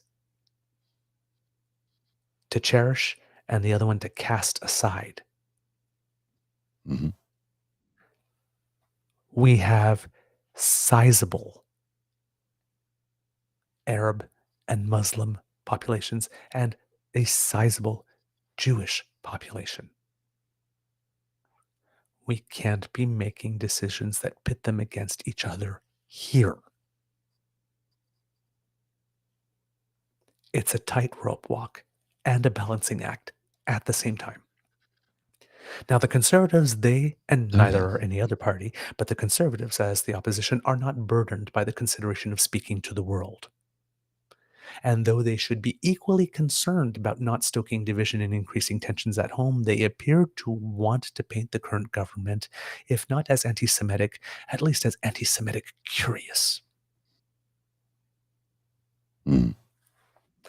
Given the level and the intensity of the tension, it's not like this situation could not benefit from some cooler heads. There are many legitimate reasons for which the Prime Minister cannot go all in for one or the other side. And even though this is a matter of morality, and it's a matter of morality of the highest order, the obstinate realpolitik of the situation remains and does not abate, it does not relent, it does not care. No. The morality of the situation has absolutely no bearing on the pressure that comes from the realpolitik of the situation. And that's just the realpolitik here in Canada. In addition to that one, the Prime Minister also has to deal with the context of the realpolitik in each one of the areas that the belligerents, in this case, are a party to. So when everybody was calling for a ceasefire, like within hours of the massacre, come on. Hmm. There is no way the leader of any nation anywhere on the planet could invoke a ceasefire mere hours after a massacre as horrific as the one that took place. If the United States did here, we would have never tolerated that. We would have demanded more as people. It's like, that was not an option. I know we want nobody to get hurt. And we know that this has been going on for a long time, and somebody along the way should have taken an off-ramp long ago to try and solve this, but they have not. But you can't have a situation that's being referred to as another pogrom, the largest annihilation in one day Oh, of God, no. Jews since the Holocaust, and have the government turn around and say, you know what, ceasefire. It's the realpolitik is that was never going to happen. It was never on the menu. And had our PM insisted on that, then he probably would have been laughed out of the room. And a prime minister that does not have credibility or access cannot have influence.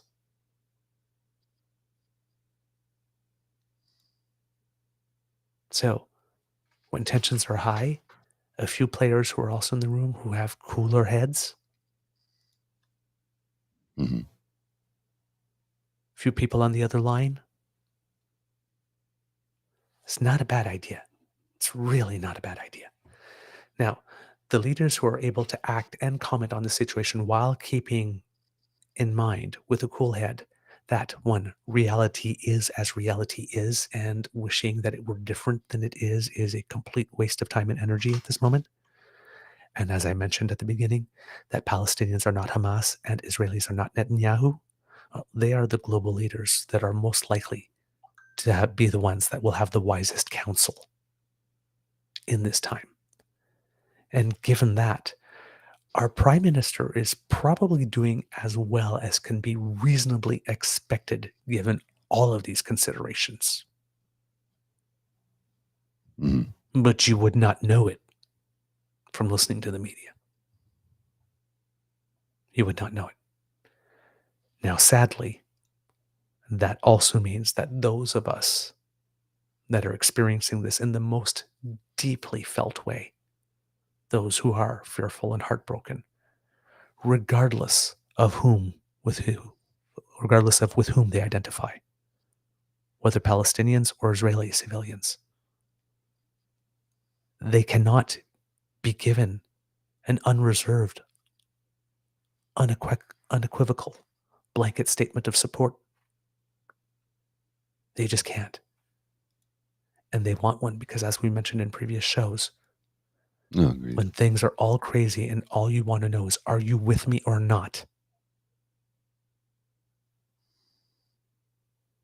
Our prime minister does not have the luxury of saying 100% to either side.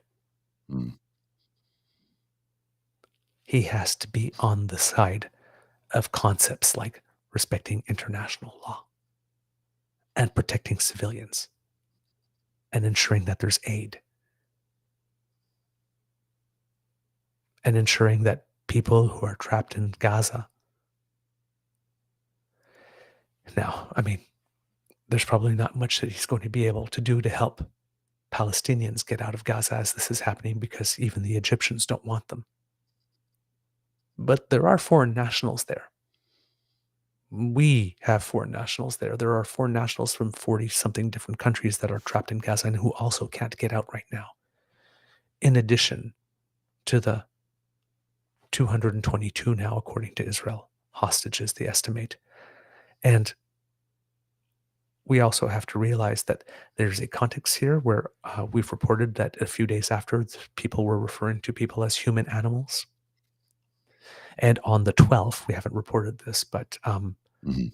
a spokesperson for the military in Israel, Jonathan Conricus, I believe his name is, gave an interview on Power and Politics, and he was asked quite blankly by David Cochran about foreign nationals and citizens in Palestine. And the man was very blunt and unequivocal that their primary mission and their primary goal is to rid the area of Hamas, and every other consideration is at best secondary. They will do their best to protect civilians, and they will do their best to protect foreign nationals and not try to, but every other consideration is secondary. Mm-hmm. So we have a situation where in the early days, it would appear that the government of Israel was ready to go in all guns blazing and just take everything down. And they haven't done the ground invasion yet. Why? No, but and they're getting ready to roll in. Yes. Like what's the delay? Why are they on pause? Like what's that all Nations about? like Canada reminding them about international obligations, and particularly even the President of the United States, who's needed to do that. Remember, the President of the United States has made very clear to remind Israel, do not commit the same mistakes we did after 9/11. The President of the United States openly said that they had made mistakes. I don't think I'd ever heard that yet. No, I think that is the first that any leading political individual in the United States of America has ever admitted to the fact that, yeah, we screwed up. Yeah. Lots of reporters, writers, journalists, news people have said it, reported on it, shown us the stories, but that would be the first time a political leader of any stripe in that nation has made a comment like that I can think of. That didn't get enough play. Somebody else can think of one. Yep. That moment of truth, that did not get a lot of play for the importance that it is, but that's major. Mm-hmm. 2 American hostages have been released. The Canadians and the Americans, and maybe this is completely self-serving given that they have foreign nationals there and they have to do what they can to take care of them. Mm-hmm. The release of 2 American hostages maybe gave a lot of nations some hope that if the ground invasion was delayed, more foreign nationals could be released, because pretty sure that they're not going to release Israeli hostages because they would be the highest target, highest value ones for them, strategically Oh, yes. speaking. And they are not going to let Palestinians out of Gaza. But I'm pretty sure that if there was a way that Hamas could find, or an agreement between Israel and Hamas and the government of Egypt to let foreign nationals then Palestine out in an orderly fashion, I'm sure that Hamas would probably not see that as against their interests, because I'm sure Hamas would rather have just one nation with some in the background backing, sort of like Ukraine is, rather than 43 all nations saying, you wanted our undivided attention, you got it, because now you took out some of our nationals. It's not like we haven't already lost some. So if we want to do the righteous anger thing, we could. We've had citizens die. So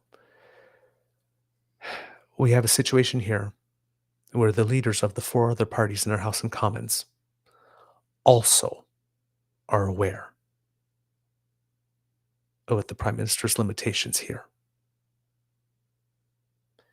And they have a choice. They can either play this for advantage by painting the Prime Minister as someone who does not care enough for either the Jewish or the Palestinian peoples. And yes, I'm looking at you, NDP and Conservative Party of Canada. Or they can play this as a solution-seeking exercise where statespeople show up at the table.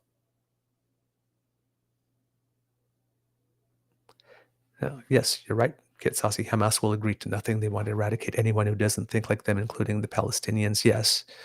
But they may see it as a temporary advantage to make just one country really mad and another couple of countries a little bit mad, rather than making 43 countries really mad. If they did it, it wouldn't be out of the kindness of their heart because they think that they should live. Again, realpolitik. But yeah, I'm not liking the fact here that there are people that should know better. And if they were in the Prime Minister's seat, they would be facing the exact same situation, because really, would you really push all those buttons and try to create tension and division here? It's not. We do not have an anti-Semitic government, and we do not have a government that does not care about Palestinian people. And our parliament, as we can tell by the debate, we do have people that are speaking out very loudly for Palestinians, and we have people that are speaking out very loudly. So when you put it all together, the parliament is representative, but people want it from the individuals, right? It's like, your statement didn't go far enough, like that thing at the UN. That's where the Americans voted down the resolution because it didn't state that Israel had a right to defend itself. I mean, come on, man.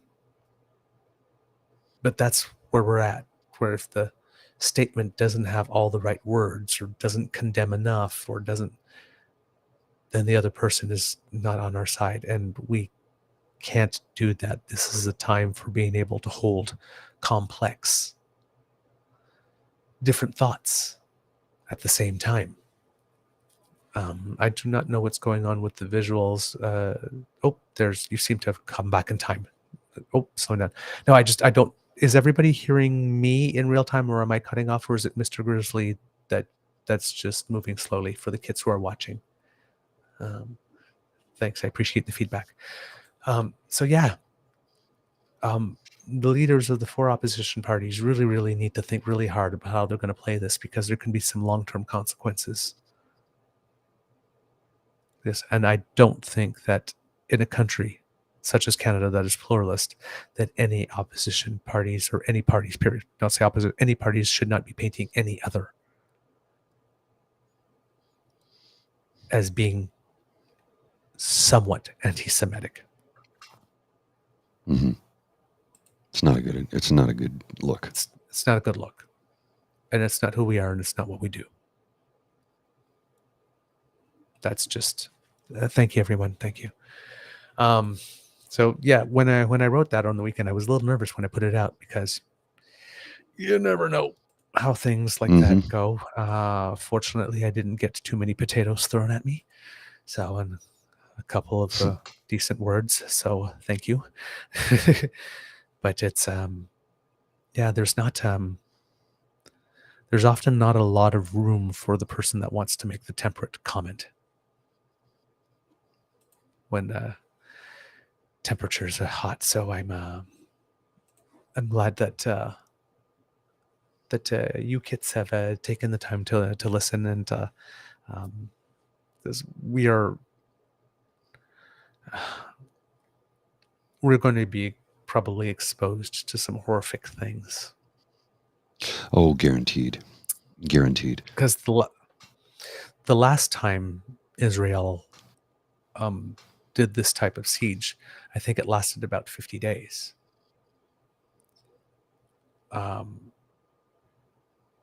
And even though they've asked everybody to move south, there still have been some bombs that have fallen in the south. And while aid has started to trickle through, it was 20 trucks 2 days ago, 20 trucks. And those 20 trucks, they contained a 1-day supply of water, enough for 22,000 people in a 45 square kilometer strip that has 2.3 million. And I said yesterday the aid continued, but yesterday was just 14 trucks. It's not enough. It's nowhere near enough. And while I can understand Western leaders, saying, well, we can criticize this or we can try to do some positive reinforcement. Why things are going through. And there's part of this that looks a lot like, okay, let's allow 20 trucks in and take a box. See? No, the siege is not 100% not total. See, those trucks came in. Yeah, but I mean, when 2.3 million need water and you bring in enough water for 1 day for 22,000. Come on. The Palestinian National Initiative says 20 trucks of aid to Gaza will not change much. Gaza needs at least 500 trucks daily of fuel, food, medicines, and water. That's their assessment. Overnight, the Israeli government says that they've hit 320 terror targets in northern Gaza. Can there be 320 different terror targets in less than 45 square kilometers? I don't know. It seems like a lot, but okay. The director for the UNRWA, which is the UN agency responsible for Palestinian refugees, he says that after 2 weeks of relentless bombing, the food is scarce, and either in the south you are a displaced person or you are a family hosting displaced persons. And I think, yes, some people are saying, I cannot survive. I will take the risk of going back to my house in the north, and some of them have done that. Israel is saying that its war against Hamas could take months.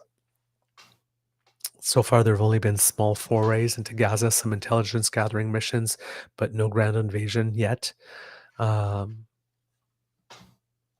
Americans, it seems that according to defense analysts, are asking them to delay in order to prepare for the reaction from Iran and its proxies, and in order to have more time to secure the release of hostages. In other related news, there was a meeting the other night where Joe Biden spoke with leaders from the UK, France, Germany, and Italy, which would be the other 4 nations of the Quint, and Canada.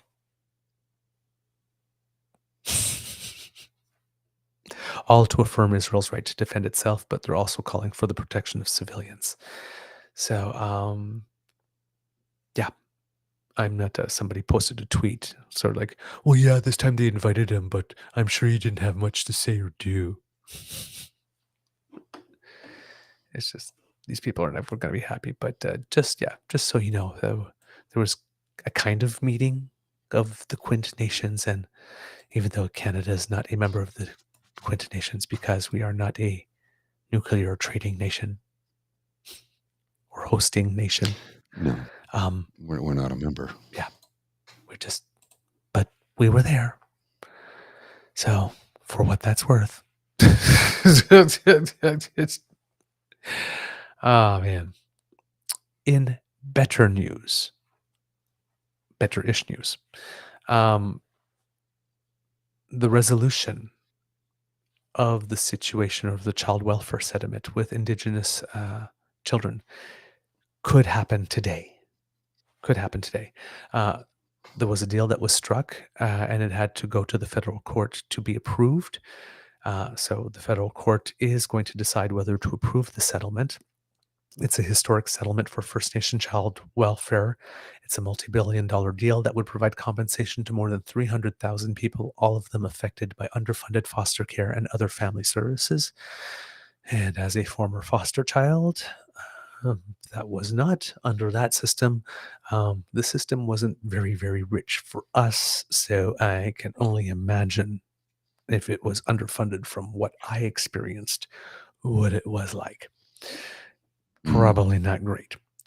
The proposed agreement comes with a request from the Prime Minister to issue a public apology, but it seems that the timing of that, there's a dispute on when that should be. According to Cindy Blackstock, who we still hope to have on the show, but she's just very, very busy for this case because it just keeps on going and going and going when it should have been over long ago. Says if the Prime Minister is going to apologize to First Nations and children's and family, then the words need to be backed up by action. She says, quote, Ottawa needs to prove there is no more discrimination. You know, what we teach ourselves and what we teach kids in our families is you apologize after you stop the bad behavior. And the problem is that the bad behavior hasn't stopped, according to Blackstock, because she's recently submitted complaints to the Canadian Human Rights Tribunal exposing ongoing issues with the on-reserve foster care system and other First Nations family services, including barriers to funding. She says, you can't just pay compensation, then continue the discrimination that led to that compensation payment in the first place. Yeah, that kind of makes sense. Otherwise, you're just treating it like your friend says, well, this is just how much it costs to park. This is just how much it costs to treat Indigenous foster children. You're just going to keep doing it. Not cool. Not cool. Now, according to Manitoba Regional Chief Cindy Woodhouse, who led the child welfare negotiations for the Assembly of First Nations and who we mentioned, I think, on Friday, recently announced that she was putting in her candidacy for AFN National Chief. She wants the apology to be done now. She says, our kids have been waiting decades for an apology. We have to do the work. The work has to get done. The asks have to get put forward. So, a bit of disagreement. I would, I can understand both points of view, actually. It's been a very, very long time. An apology now would be good, but if an apology has happened now and the behavior is continuing, how much is that apology really worth? So I think Miss Blackstock ultimately might be the more correct, but there is no doubt that an apology, hearing the words, would probably be beneficial, would do a lot of people a lot of good, even if the actions are not following. But it's almost like giving people like a quarter of a loaf. And given that they've already gotten the quarter of a loaf pretty much all their lives, especially their childhoods. Let's say all their childhoods, not all their lives. Why continue? That's this, yeah. We have to do right. We have to do right. So these groups are urging the federal court to greenlight the $23 billion in compensation today. And if it is approved, it would be the largest legal settlement in Canadian history. Mhm. So this is a very, very big deal. But you know what? We did terrible things.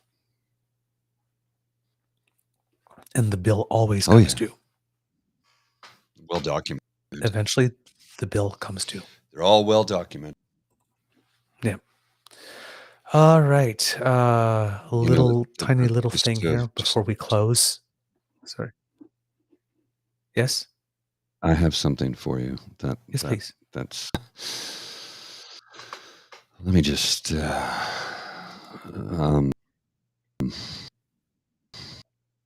This is. I don't know what to make of this.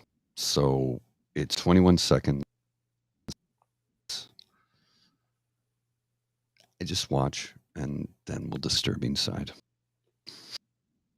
Do we really want to see this? Can you see that? I see it. I'm asking, do we really want to see it?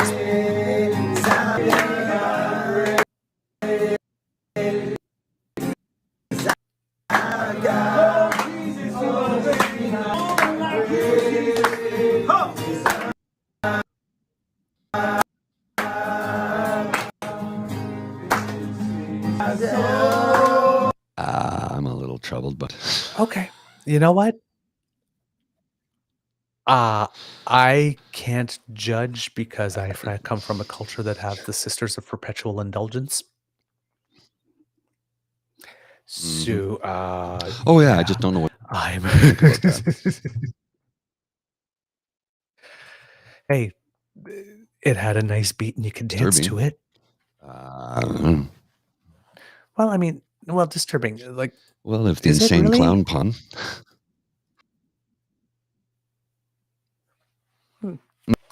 No, it's not Again. ICP.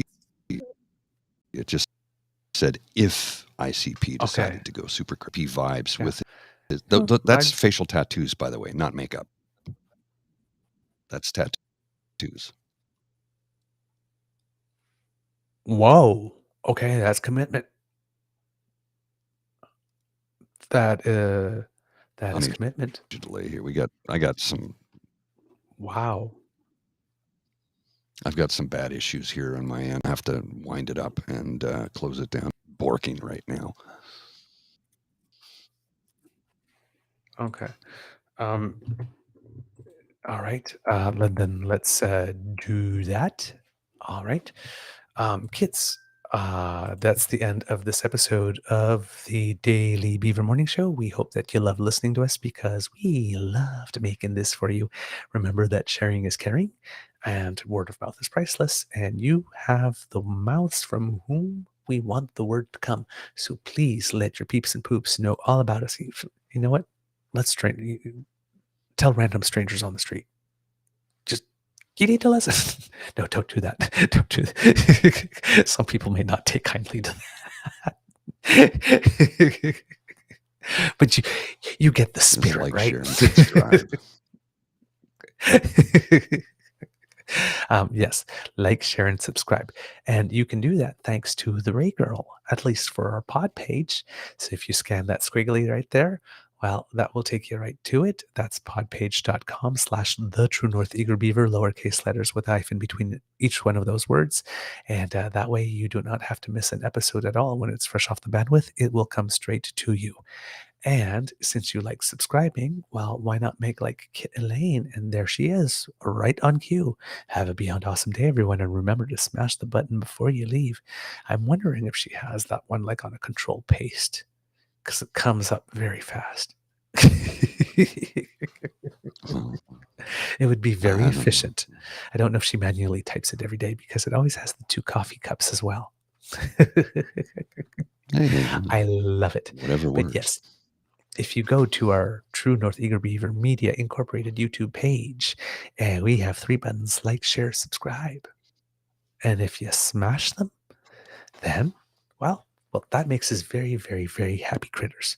So please do that. We like that very much. And if you would like to encourage us to do more, or if you would just like to send us some encouragement, or tell us how much you like the show, well, right up there by Mr. Grizzly's head is a little squiggly that you can QR that, and that will bring you to our coffee page. That's coffee, ko-fi.com/eagerbeaver, lowercase letters all in one word. And that brings you to our emergency hydration fund and our tip jar, basically, where you can make a little contribution to keep our voices and vocal cords so moist so we can deliver a wonderful show for you. And given that Halloween's coming, if you want to put a couple of candies in there for us, because I like candy. I really like candy. No, thanks. So None I'm for me, thanks. trick or treat. None for me, thanks. I'm also up for some tricks if they're fun, but but if you would like to donate some candy to the Beaver, then that would be great too. From your Beaver Lodge, this is the Eager Beaver saying, it could be a tough world out there, so please be kind to and gentle with yourself. Mr. Grizzly, some words of wisdom, please. Yes, no apples, Tabby G. No apples. Remember to breathe. It's something I need to do right now. Remember to breathe. I'm terribly wound up. I think I'm a little anxious at the moment and incredibly irritable. Like everything is irritating me right now, which means that my mental health is taking a turn for the worse. So breathing is good. That means I will be doing an ASMR show this evening at 9:30 to talk through what I'm going through right now. Hopefully I won't still be going through it at 9:30 p.m. Eastern Standard Time when I deliver the show, but yeah, I'm not at my best right now. Hopefully I can change that soon. We'll see. I hope so too, my friend. We have Miss Sadeka that says, been listening, but also distracted by the cute Mateo. Hello, my friend. How are you? And Kitsasi says that Osiris is giving big smiles to Mr. Beaver. Hey there, little one. How you doing? We're going to be big friends. All right, Mr. Grizzly, please roll the credits.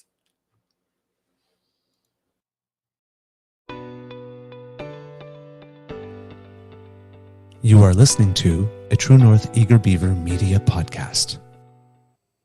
The True North Eager Beaver podcasts are proudly brought to you by our founding sponsors, the Miss V Mysteries from Corvid Moon Publishing, your source for science fiction, fantasy, and cozy mysteries featuring a broad diversity of characters.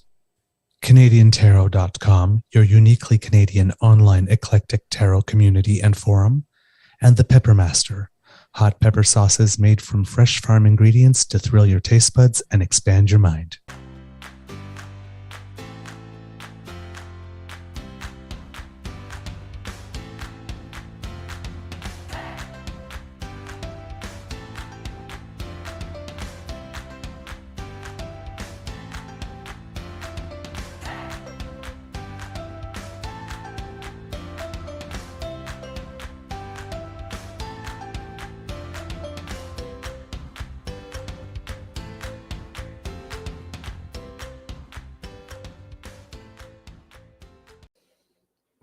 I like that. Miss Sadeka goes, Paul and Douglas inherited a whole giant family, instant uncles of our kids. Oh, we've got beaver babies. Beanie babies? Beavy babies? No? I'll work on it. It's a bit of a stretch, but I'll sure. work on it. My friend, just to tap in, because Miss Sadeka says, I hear you. That was me last week. I've had some real ups and downs in the last month. I actually had some over the last few days, myself, actually. Oh, really? Yeah, which is one of the reasons that my beaver sweetie brought me flowers the other day. I'm sorry to hear that. Yeah. Man. Yeah, because I'm usually pretty chipper and whatnot, but yeah, I too as well. So just wanted to let you know that I feel you, and I hope that you will feel better very soon. Thank you. Yeah, I was pretty emotional, and when you were getting irritable, I was just more like almost like the why doesn't anybody or anything love me? No, type thing. So they're bad, bad days. We have them. So in an effort to send everyone off with a smile, I heard a great joke the other day, and I thought I would put it up. There are three storks. They're talking to each other. The first one says to the other one, says, "Oh, I'm going to have such a great day today. I'm bringing this baby to a couple that's been trying for 10 years. They're going to be so happy." The other stork goes, "Oh, man, you know what?" I said, "Me too. I'm bringing a stork to a single baby. lady." I'm sorry, the stork, I'm bringing a baby to a single lady like this who's wanted to be a mother all her life. Oh, she's going to be overjoyed. And then the third one goes, they go, "What are you doing today?" He says, "Oh, I'm flying by the convent." What? Says, "Oh, I got nothing for them. I just like freaking them out when I fly by just as I approach." That's good. I like it. That's good. All right. That's a Have a good great one. day, kids. Write it down. It's a good one. Before we go, I'm November is an incredibly busy month for me, so I'm trying to nail down a podcast date. The 18th is out. It's out. I'm booked. Yeah. I'm out of town that weekend. The 11th, well, that's Remembrance Day, so Also my no. anniversary. Yeah, so no. The 4th is that's going to be no. I'm in Toronto that weekend, so 25th. If we're going to do one in November, that work for you? I think that might be the day of my open doubles bonspiel. Okay, so yeah, it's November might be skipped just because our schedules aren't really going to work out this time. So, or it might yeah. have to be a Sunday, because if it is the bonspiel, I couldn't do the 25th, but I could do the 26th. But Okay, we'll tentatively pencil that in for the 26th. Yeah, it's like, I mean, what folks don't realize is how much work goes into setting up, tearing down, and doing the production. When I'm finished, when I get home, I don't unpack anything till the next day because I'm physically exhausted at the end of it, physically and emotionally exhausted. I'm not complaining. I'm not, because I love to do it, but it does take an awful lot out of me. That's why doing it on a Sunday, like this weekend, I feel like I didn't have a weekend at all. All day Saturday, we did the podcast, set up the tear down, the organization. Plus, I was helping to set up the new studio. And then I spent yesterday with my folks, and it was wonderful, but I was helping them out with some stuff. I didn't get home till almost 8 o'clock last night.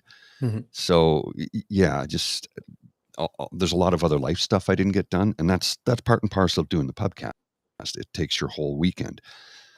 And the 26th, and then having to work on the Monday, it's...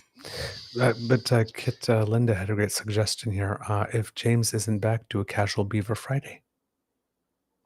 Yeah, maybe we could do that. We could do a casual Friday if we can't find a date for November. Maybe do that instead, because November it's super tight. I realize December is not going to be much different, but November is really tight right now. So yeah. We'll figure it out. Don't worry. Figure it out. Anyway, that's it for now, kids. All right, kids. I'll see you soon. Oh, kids, Tim, there you are. Hi.